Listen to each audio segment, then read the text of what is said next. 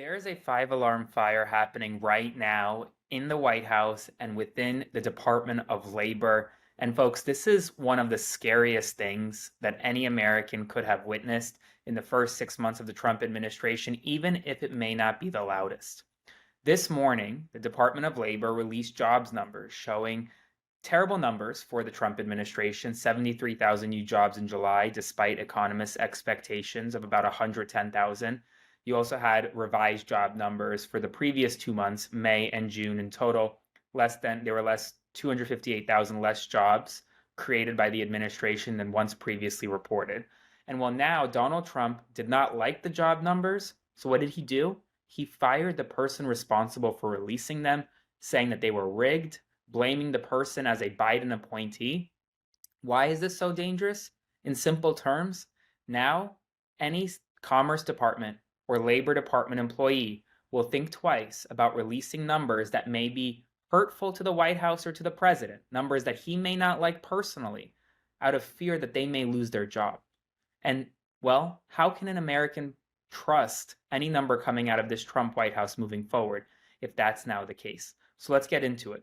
Today, Trump ordered the firing of Erica McIntarfer, who is the federal official in charge of labor statistics, the Commissioner of Labor Statistics.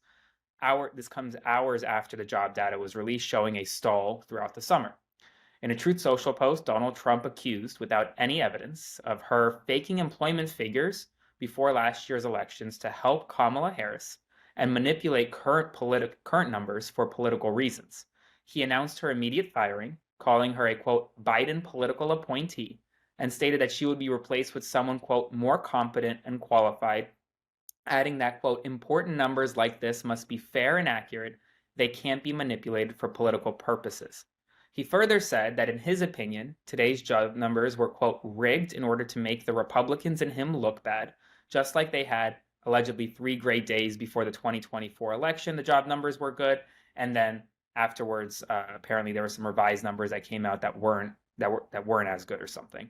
But essentially, the Bureau of Labor Statistics showed that the U.S. added 73,000 jobs in July and then revised its job numbers for May from 144,000 to just 19,000, and then 147,000 down to 14,000. So that's kind of what is happening there. And let me tell you something. That is scary, because if Americans cannot trust the numbers that are coming out of their own government, well, then we're on the path towards authoritarianism. Before I continue, please consider subscribing to my Substack to support by clicking the button below or sending a one-time donation via Venmo to Aaron-Parnas. Now, I do want to talk about what Lori Chavez DeRemer, the labor secretary, said. She said she, quote, wholeheartedly supports the firing of the commissioner to restore public trust in Bureau of Labor Statistics data. She said that there was a, quote, string of major revisions that raised concerns about decisions made under the Biden-appointed commissioner, even though this commissioner was approved by the United States Senate in bipartisan support just a couple years ago. Both Republicans and Democrats supported her nomination, and now that she's coming out against Trump, but not even, she just released numbers, accurate numbers, and because the president didn't like them, that's now a problem.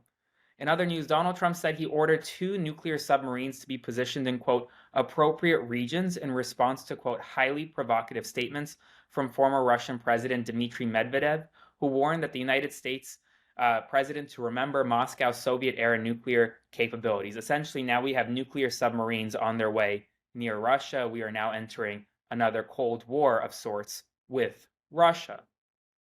We'll see what happens next. The Corporation for Public Broadcasting will shut down officially after Donald Trump successfully pushed a rescission bill that eliminated $1.1 billion in federal funding for the organization over the next 2 years. CBP President Patricia Harrison said that the closure, which is effective September 30th, was the result of a campaign by Trump and GOP lawmakers who have accused public media of liberal bias. While some larger stations on their own can survive, many rural PBS and NPR affiliates will soon start going dark because of the lack of funding coming from Congress. Meanwhile, the Federal Reserve is having a vacancy soon. Federal Reserve Governor Adriana D. Kugler will step down early from the Federal Reserve on August 8th, months before her term was set to expire. Her early departure allows Trump to accelerate appointing a potential successor to Jerome Powell as chair. Let's talk about Ghislaine Maxwell and Jeffrey Epstein, because there's some big news coming out about both. First, we're learning today, according to Bloomberg, that the FBI redacted Donald Trump's name from the Epstein files shortly before senior officials last month said that it wasn't appropriate or necessary to release the Epstein-related files. Meanwhile, Ghislaine Maxwell has now been, quote, routinely moved to a minimum security federal prison camp in Texas due to safety concerns. The official, who was cited by many reports, dismissed claims of special treatment, citing standard procedures for prisoner safety. But according to NBC, she was technically ineligible to be transferred to a minimum security federal prison camp, but the Bureau of Prisons waived the rule to allow the move. And the family of Virginia Giuffre condemned the transfer to a lower security prison facility, saying, quote, President Trump has sent a clear message. Pedophiles deserve preferential treatment and their victims do not matter. They expressed horror and outrage over what they called the preferential treatment of Maxwell, calling her a sexual predator who assaulted minors and insisting she should never be shown any leniency. Meanwhile, her deposition in front of Congress has been postponed indefinitely after committee chair James Comer agreed to delay the August 11th hearing following a request from Maxwell's legal team. Today, a federal jury ordered Tesla to pay $329 million in damages over a deadly 2019 crash involving its autopilot system, ruling that the company bore 33% responsibility. It's a major legal setback for Tesla, potentially opening the door to further lawsuits and undermining Elon Musk's push to roll out the driverless taxi service. California Governor Gavin Newsom is doubling down on the idea of possibly calling a special session as early as this November to allow voters to approve changes to the state's redistricting process to respond to what Texas Republicans are doing. Essentially, California Democrats are moving full force right now to try to essentially push back against Texas Republican gerrymandering, and that is happening right now. Folks, on a more personal note, with the end of the week coming up tonight, I do want to just say one thing. We are living through truly dangerous times. We are. What happened today with the firing of the commissioner responsible for the labor statistics is just another attempt to move our country down this authoritarian path. He's going after journalists. He's going after key figures in the federal government who he doesn't approve of. And now he's going after data. The cold, hard facts. We're supposed to be able to trust the government, but if we can't trust the government, then we have to rely on journalists who will go work tooth and nail to get the truth out. And I promise you I will do that every single day. So subscribe to support my work by clicking the button below, and I'll see you bright and early in the morning with another morning news rundown.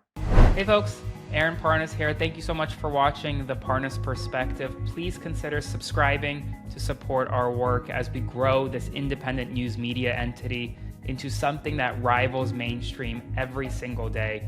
Thanks so much, and I'll see you soon.